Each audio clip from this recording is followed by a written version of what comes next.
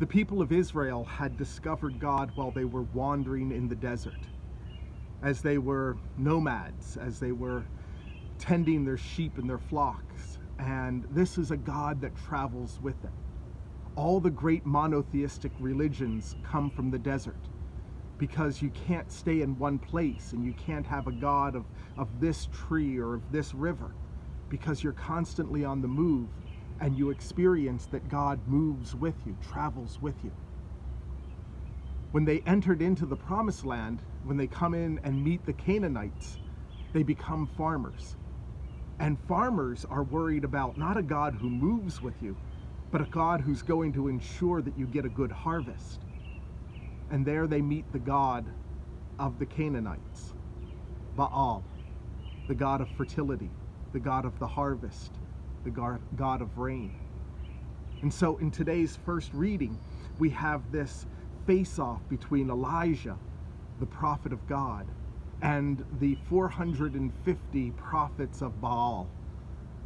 The great standoff where they put out their offerings, and Elijah says, make your offering, but don't set fire to it. Call on your God, Baal, to come and light the fire.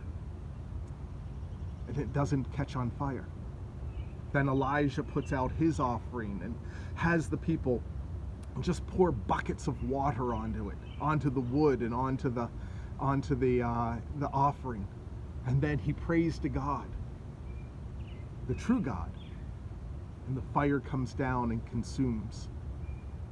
I'm here in Laval House Garden because the temptation is to provide for yourself.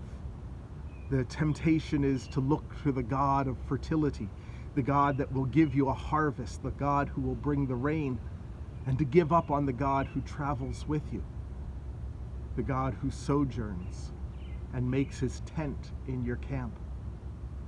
Elijah tells us, don't give up. Hold on to the God who travels with you. For all of this is simply here for a day and then is gone. But rather the God who travels with you, this is the God of your life. Amen.